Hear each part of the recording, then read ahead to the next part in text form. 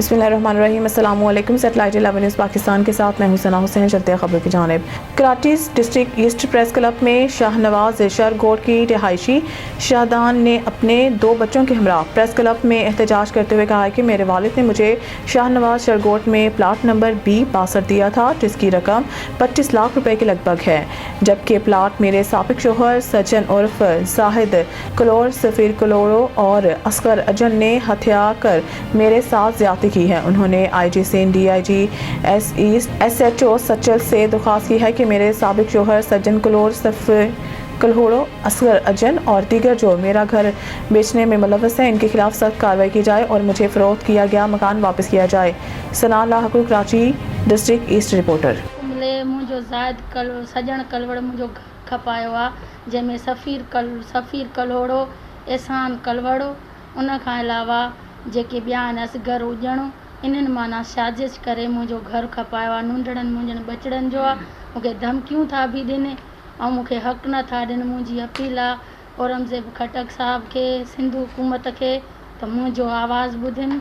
मां ग़रीब आहियां, ॾाढी मज़लूम आहियां, मुंहिंजा नंढड़ा बचड़ा आहिनि। मुंहिंजो शरगोट में B62 में घरु आहे। मूंखे कुझु न ॾिनो वियो आहे। मूंखे घर खां कढियो वियो 4 बजे, जेको 2 साल पहिरियां, वरी 8 महीना पहिरियां मूंसां एग्रीमेंट कयो अथई त मां घरु ॾींदुमि तव्हांखे। जॻह अॾावत तुंहिंजी आहे ऐं घर जी प्लाट तुंहिंजो आहे। उन में मूंसां एग्रीमेंट थियल अथसि ऐं साज़िश करे खपायो वियो आहे।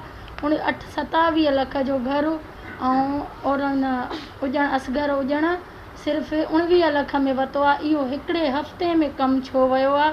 ऐं मुंहिंजो घरु एतिरो माना सस्तो खपायो, सामान मुंहिंजो खपायो वियो आहे। मूंसां ॾाढो इंसाफ़ नाहक कयो वियो आहे। मुंहिंजा नंढड़ा बचड़ा आहिनि। 2 सालनि खां वठी मूंखे दर जो धिका खाराया अथऊं। मूंखे तलाक ॾेई घरां कढी छॾियईं। मूंखे कुझु बि न ॾिनई। मुंहिंजे बचड़नि जी हर शइ खसी वई आहे। आख़िरी सहारो मुंहिंजो घरु हुयो, उहो बि मुंहिंजो खसे पंहिंजो खपाए छॾियो अथऊं। चरसी आहे, मवाली आहे, माइन जे चकर में। ऐं ॿियो मूंखे समंत कलवड़ बि धमकियूं थो ॾिए, असद कलवड़ बि धमकियूं थो ॾिए। केस वापसि वठो। मुंहिंजी अपील आहे औरंगज़ेब खटक साहब खे, हुनजो हेॾो नालो आहे, मूंखे इंसाफ़ वठी ॾियो। बसि मुंहिंजी एतिरी गुज़ारिश आहे। मां किराए ते रहां थी। हिन टाइम मुंहिंजो ॾाढो ॾुखियो गुज़र सफ़र हूंदो आहे।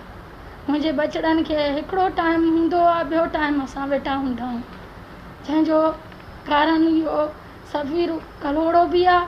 उहो माना सम्झो फ्रॉड कयो आहे।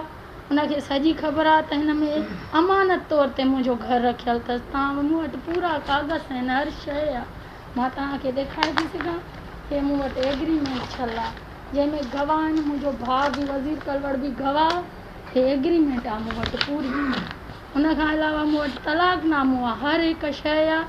मूंखे ॾिनी न ॾिनी अथई ऐं मुंहिंजे घर जो हिकु सामान खपायो वियो आहे।